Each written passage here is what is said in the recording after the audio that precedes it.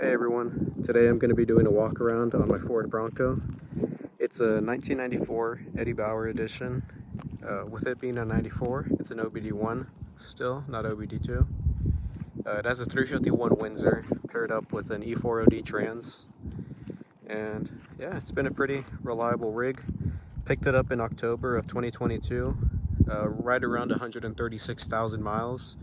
And we're coming up on 156,000, so right around 20,000 in 1 year, which is a lot considering the fact that, I work from home. I don't really have to drive a ton, but as you can tell by the mileage, I choose to drive it because it's a lot of fun. Things I've currently done to it, right off the bat, you can see right here, I have aftermarket clear headlights with some LEDs inside. I love the original OEM look, but I think the clears paired up with this paint scheme just goes really well, especially with the Alcoas when they're really clean. Not right now, obviously. Up front, stock suspension for the time being. I've worn manual locking hubs. The automatic hubs gave out on me pretty early on. I think I had it for around a month and they gave out. So upgraded to these. Yes, I have a lug nut missing. Got to get one from the junkyard. But little by little, I got 15 or 18% window tint on the front, 2 doors, as well as a 5% windshield strip on the windshield and 5% on the camper.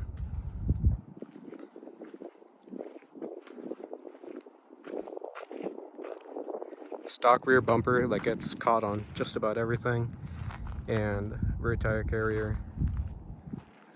Actually, down here I have a Desolate Motorsports aluminum skid plate for the gas tank.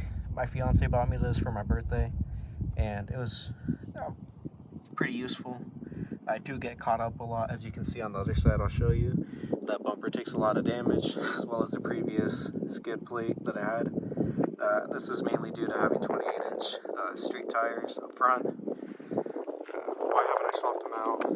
Because 35s are super expensive now. Like 2 years ago, 35s were like $200 a piece. Now they're like $330, and I just haven't pulled the trigger because it's a lot of money.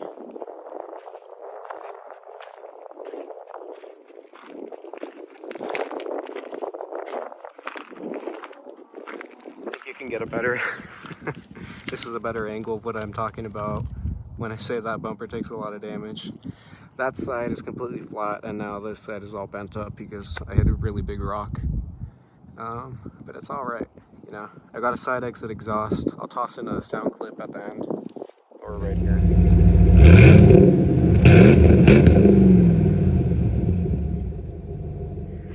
Need to redo the hanger because it broke off actually on this trail a few months ago, and just haven't made some time to fix it. But yeah, overall really clean truck. It's been really reliable. Had lots of fun. I've taken it lots of places. Taken it to Monterey, up in Northern California, Yosemite, Johnson Valley, Joshua Tree, obviously, Ensenada, San Felipe down in Baja as well. And yeah, it's just been a ton of fun. Sand, snow, mud, everything. Even with these street tires, it's pretty dialed. Future plans for the truck. I bought this to replace as my daily. Prior to this, I had a 2019 Ford Focus ST, little rice burner. It was a fun car, 6-speed.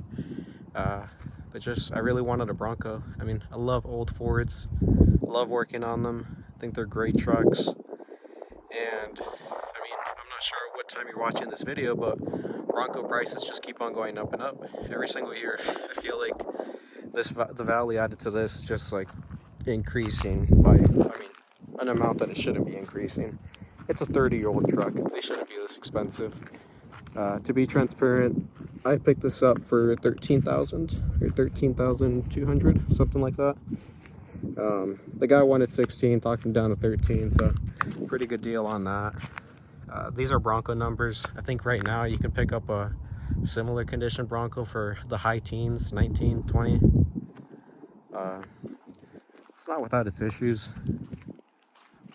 Looks good on camera from far away. Clear's coming off right around here. Just little stuff like that. Lots of sun fade, sun damage on the top, even more so on the roof. You can grab that. Just little cosmetic stuff, but it's mechanically, thing's stout. I love it. Got this big ass scratch from on the way up here. But yeah, it's a great truck. As far as future plans go, this is going to be a family expedition off-road vehicle.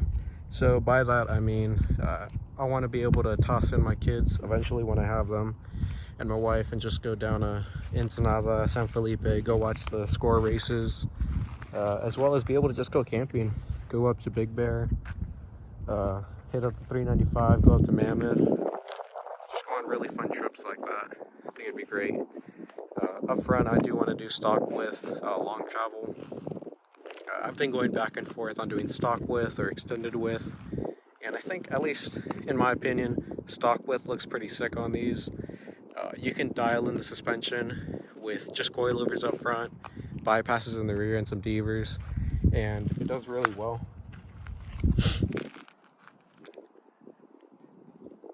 So yeah, stock width, long travel in the front, devers and bypasses in the rear for tunability.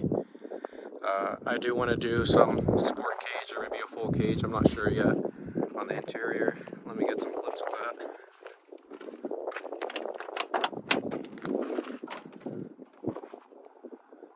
Pretty clean interior aside from the mess that I have. The guy, previous owner, had a dash mat on top, so the dash is pretty nice. I had the windows down, so that's why it's pretty dirty. Stock seats inside. Stock center console.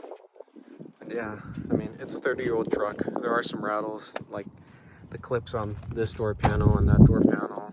They're pretty shot, so there's a little bit of rattles.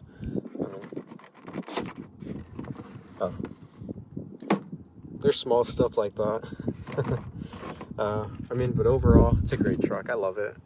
Did this desolate dash brace because this thing was falling and shaking a lot. Now it's not going anywhere. Even more of a mess in the back, but we have the stock seats. They're not that clean. This little blanket is covering up a bunch of tears, but I mean, no issues other than that. Headliner's decent. Actually, it looks kind of dirty on the camera, but in person it's pretty decent. And yeah, as far as interior plans too, like I mentioned, either a sport cage, which is just from the B pillar back to the C pillar, or a full cage, which would entitle the A pillar as well, but I'm not sure yet. Probably sport cage just for functionality.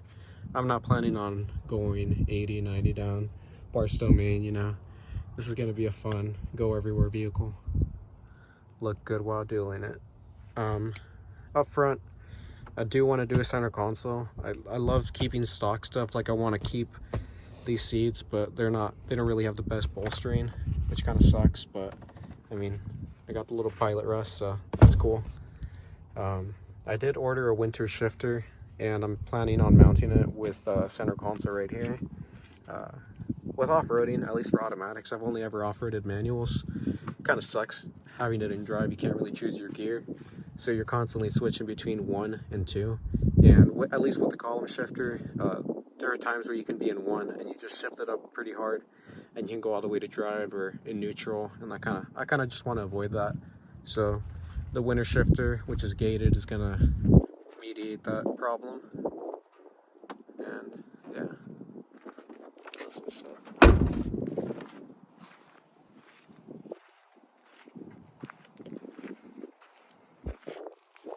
Like I said, I love this truck. I'm mainly doing this video because I have a tendency of snowballing my projects. So when I say I want to keep this stock with long travel and just do something mild, for all I know, I'm going to cut out the back, link it, extend it with TTBs in the front. Who knows? I have a 2000 Ford Ranger, which is my prerunner project. And I mean, that was supposed to be a mini truck, but I'll insert a photo right here.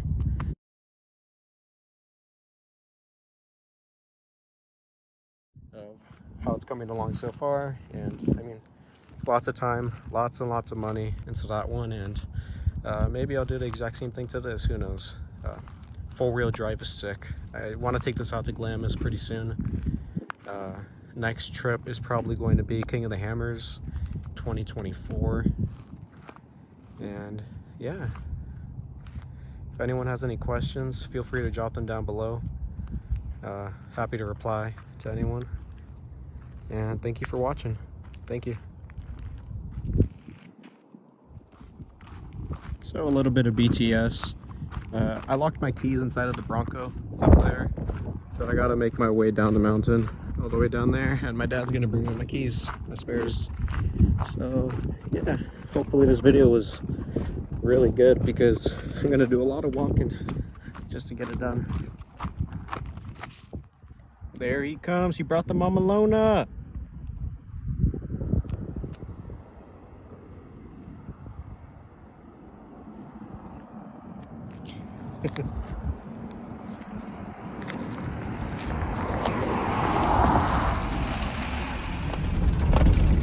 Getting to the more interesting parts up ahead, going down P Mountain. Like I mentioned before, this is stock suspension, 28-inch tires. I think I just hit my skid plate in the back, which means it's good. It means it's getting used. Got my dad in the crew cab back there. Let's see how he does.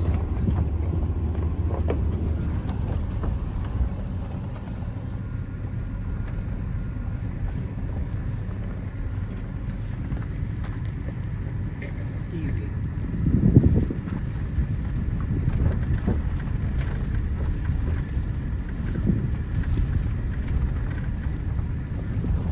Easy money. It also helps that we're going downhill, but I think this is the last somewhat annoying obstacle going up this. You can go down the main. Actually, no, this isn't. Going down this side, you want to go on the left. You want to hug the left and then just follow it through.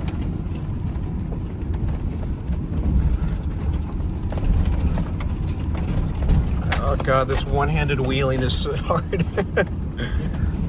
Because trying to keep the phone upright just sucks. Let's see how he does.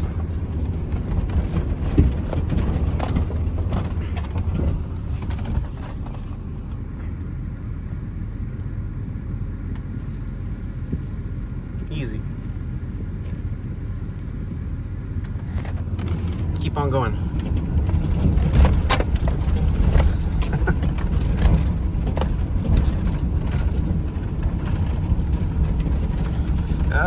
This is the one where, I mean, you can go down the left, but let's go down the left. It's easier. It's cleaner, I should say.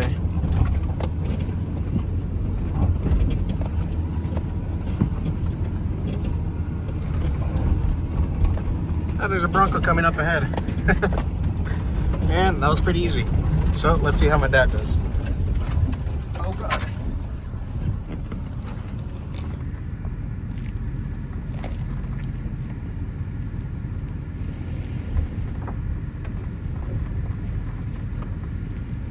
Work truck takes it like a champ.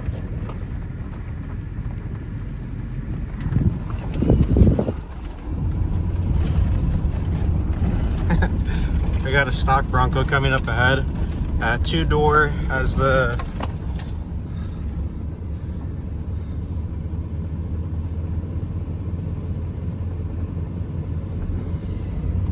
letting us go through. It's etiquette.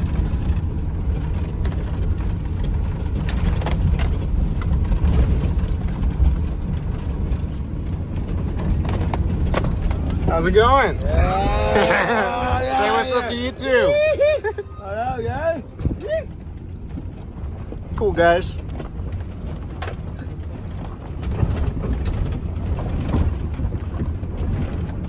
See my dad in the work truck, just taking it. 35s Lariat. I don't know if those come with a lift because it's an FX4, so it's probably like 2 inches taller than stock, but oh god. Okay, we're almost down the mountain.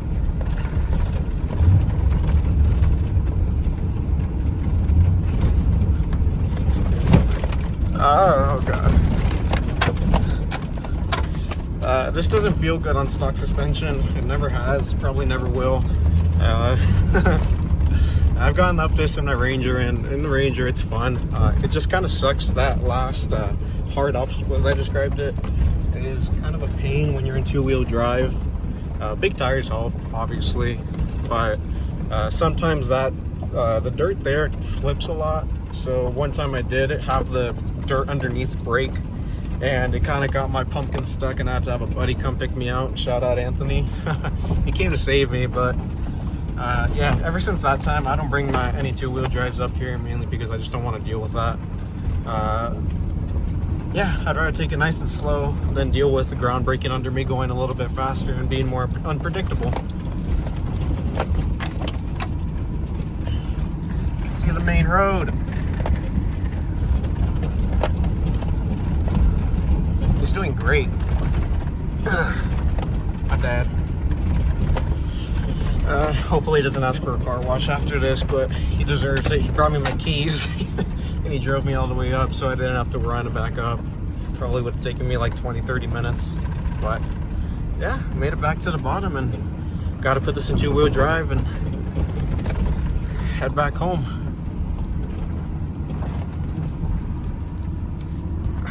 Shifted into neutral, out of 4 low, out of 4x4.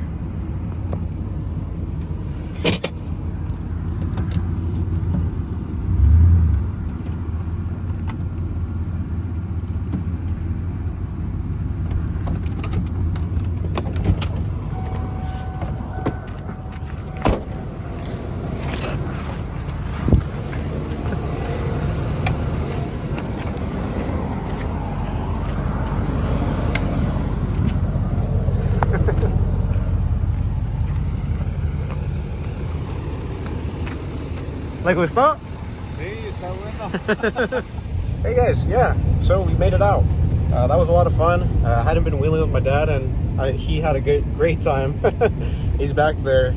But yeah, hopefully we get to do more wheeling like that together, and catch us in the next video. Thank you.